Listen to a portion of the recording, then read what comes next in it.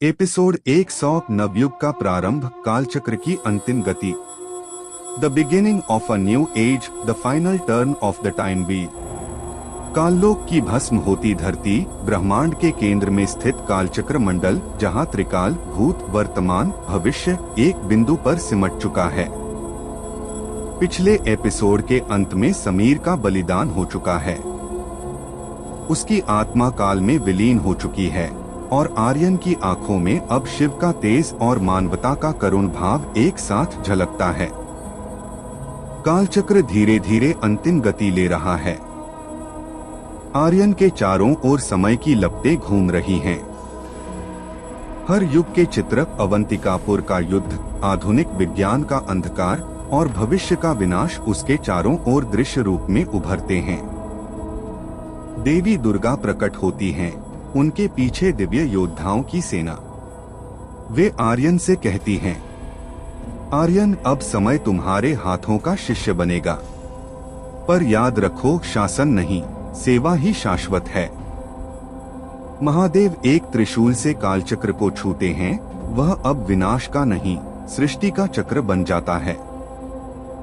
वह क्षण आता है जब वैदेही आर्यन के पास पहुंचती है। वर्षों के संघर्ष, त्याग और प्रेम के बाद वे एक दूसरे की आंखों में उस वचन को पहचानते हैं जो समय ने छीना था। अब कोई काल हमें नहीं तोड़ सकेगा, वैदेही। ऋषि सर्वेश्वर सामने आते हैं।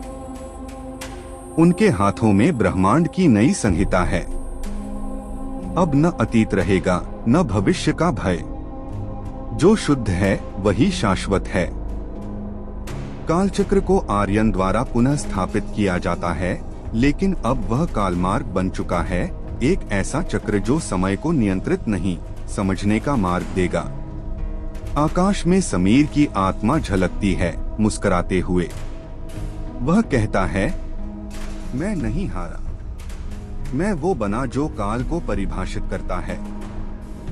वह रिया को एक दिव्य प्रकाश देता है, समझ, जिससे भविष्य के लिए मार्गदर्शन होगा। अंतिम दृश्य में एक नवजात शिशु दिखता है, आर्यन और वैदेही का पुत्र। उसके माथे पर काल का चिन्ह नहीं, बल्कि एक दीपशिखा चमकती है। यह नवयुग का प्रतीक है, जहां प्रेम समय से भी बड़ा होगा। कैमरा ऊपर उठता है। सभी देवता, ऋषि, मृत आत्माएं और लोग एक क्षण के लिए नतमस्तक हो जाते हैं। एक वाक्य गूंजता है, जब प्रेम काल से बड़ा हो तो चक्र नहीं, दिशा बदलती है।